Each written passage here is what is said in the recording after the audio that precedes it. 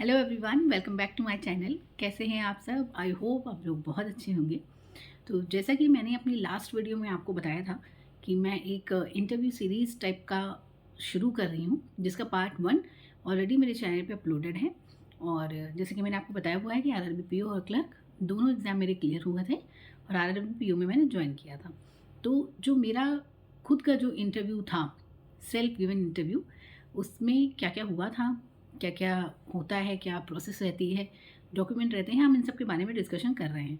जिसमें कि पार्ट 1 की जो वीडियो है वो ऑलरेडी चैनल पे अपलोड कर दी है। आप उसको देखिएगा, आपको बहुत हेल्प मिलेगी, क्योंकि बहुत सारी ऐसी बातें हैं जो हमें नहीं पता चल पाती है जब तक हम खुद इंटरव्यू नहीं देते, या हमारे किसी जानने वाले ने इंटरव्यू नहीं दिया होता है। तो इसलिए उसमें वो सब बातें मैंने शेयर की हैं जो मैंने एक्सपीरियंस की थी। ठीक है, आज उसी सीरीज़ में हम डॉक्यूमेंट्स के बारे में बात करेंगे कि आप जब इंटरव्यू देने जा रहे हैं तो कौन कौन से डॉक्यूमेंट्स ज़रूरी होते हैं।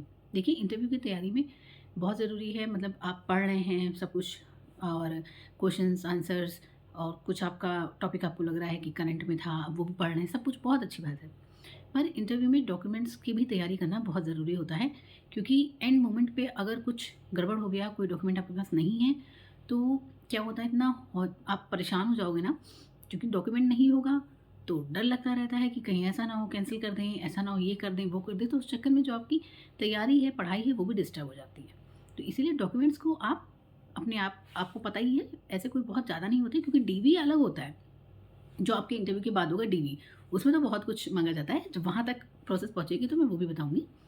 बट ये जो डॉक्यूमेंट वाला सेक्शन है ये अलग है। ठीक है, तो अब हम बात कर लेते हैं क्या क्या डॉक्यूमेंट्स चाहिए होते हैं। सबसे पहले जो आपका एप्लीकेशन फॉर्म आपने भरा होगा, वही 3-4 पेज का जो होता है, वो आपने फिल किया होगा, वो आपके पास होना चाहिए। ठीक, उसकी फ़ोटोकॉपी प्रिंट निकलवा लीजिए, वो आपके पास होना चाहिए। आप 2-3 कॉपीज़ निकलवा लीजिए, क्योंकि मान लीजिए एक गलती से मिस हो गई या कुछ भी दिक्कत हो गई, तो एक्स्ट्रा आपके पास होना चाहिए सब कुछ। तो एप्लीकेशन फॉर्म हो गया, उसके बाद जो आपका कॉल लेटर आएगा, वो उसकी फ़ोटोकॉपी आपको चाहिए ही चाहिए।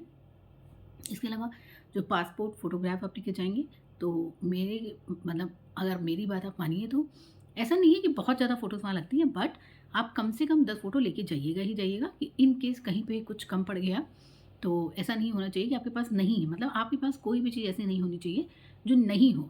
आपके पास ज़्यादा है, कोई दिक्कत नहीं है, पर नहीं है तो फिर दिक्कत हो जाएगी। ठीक, तो फ़ोटोग्राफ लेके जानी है।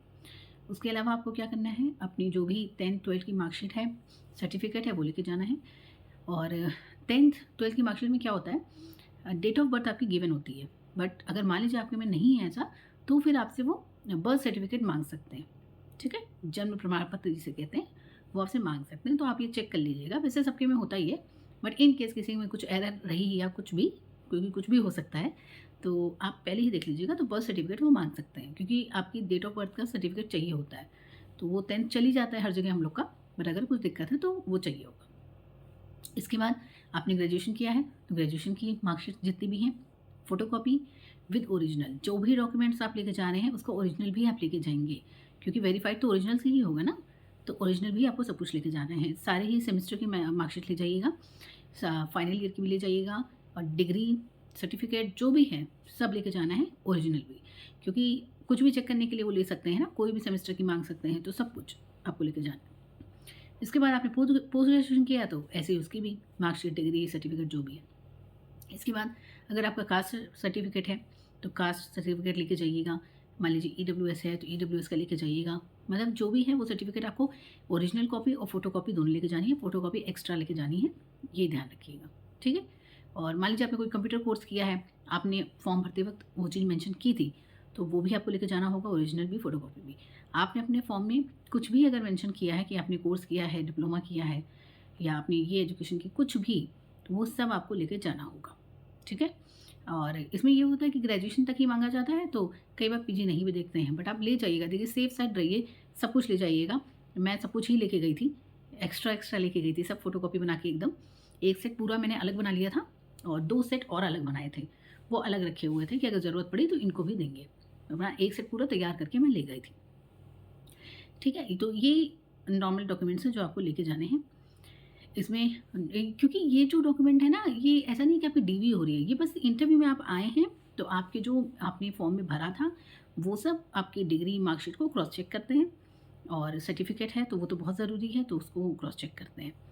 ठीक, ज़्यादातर जब मेरे टाइम पे, जब मैंने आप लोग को लास्ट वीडियो में बताया भी है कि आगे 3-4 लोगों का गड़बड़ निकला था कुछ डॉक्यूमेंट, तो वो जो कास्ट सर्टिफ़िकेट है या ईडब्ल्यूएस है, इसी का मिस्टेक हो रही थी। या तो वो एक्सपायर हो गया था, या कुछ नेम मिसमैच था, तो उसके लिए भी वो सॉल्यूशन बताते हैं वहाँ पे। ऐसा नहीं है कि आपको एकदम मना कर देंगे। नेम मिसमैच में एफ़िडेविट का बताते हैं, मतलब बताते हैं वो, ऐसा नहीं है कि नहीं बताएँगे, बट अगर आप पहले से तैयार रहोगे तो ज़्यादा अच्छा रहेगा, क्योंकि उस समय पे जब आपको पता है कि इसके बाद आपको सीधा इंटरव्यू देने जाना है ऊपर, तो फिर उस समय पे अगर आपको पता चल जाए कि आपका ये डॉक्यूमेंट तो गड़बड़ है, हम आपका ये डॉक्यूमेंट नहीं एक्सेप्ट कर सकते, इसको आप चेंज करवा लो। तो फिर इसमें क्या होता है ना कि डर तो लग ही जाता है। देखिए, ऑब्वियस सी बात है ये, कि अगर आपको कोई डॉक्यूमेंट गलत निकल गया, भले ही उसका सॉल्यूशन है कि हाँ, हो जाएगा, बट कितना टाइम लगेगा, और इंटरव्यू होने वाला था, वो फिर माइंड ना एकदम शांत नहीं रह पाता है। तो इसीलिए ऑलरेडी आप सब कुछ रखिए, अपना सर्टिफिकेट वगैरह चेक कर लीजिए। आपने किस डेट में अप्लाई किया, एक्सपायर तो नहीं है कुछ, पैन कार्ड, आधार कार्ड, ये सब तो बिल्कुल ही रखना है, ओरिजिनल में भी, फोटोकॉपी में भी। आधार कार्ड, पैन कार्ड आप हर जगह लेके जाते ही हैं, तो वो आईडी अपनी ज़रूर रखनी है। ठीक, ये कुछ बेसिक डॉक्यूमेंट्स हैं जो आपको रखने हैं। तो बस ये सब आप तैयारी रखिएगा। इसके अलावा पढ़ाई आप कर ही रहे होंगे, और आगे इसी सीरीज़ में मैं और वीडियोज़ भी प्रोवाइड करती रहूँगी, जिसमें मैं वो भी बताऊँगी कि किस तरीके का पैनल होता है, और किस तरीके के क्वेश्चन पूछे जाते हैं, कैसे होता है, किस टॉपिक से ज़्यादा आता है, सब कुछ मैं बताऊँगी। मैं किसी भी एक वीडियो में डिटेल में इसलिए नहीं बता रही हूँ, वीडियो बहुत लंबी हो जाती है, तो वो देखने में भी बोरिंग लगती है, और मुझे बताने में भी ऐसा ना हो कि कोई पॉइंट छूट जाए।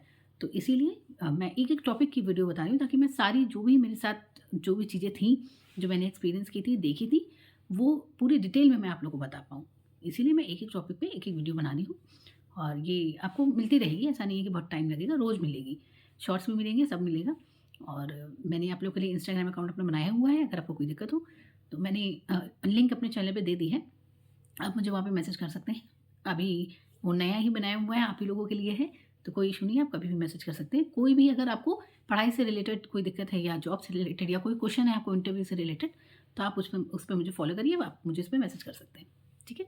बस इसी तरह से मेरे चैनल पे बने रहिए, मुझे सपोर्ट करिए, और चैनल को सब्सक्राइब करिए, वीडियो को लाइक करिए, शेयर करिए, और इस बेल आइकन को प्रेस करना ना भूलिए, ताकि मेरी वीडियो आपको टाइम से मिल सके। Thank you so much.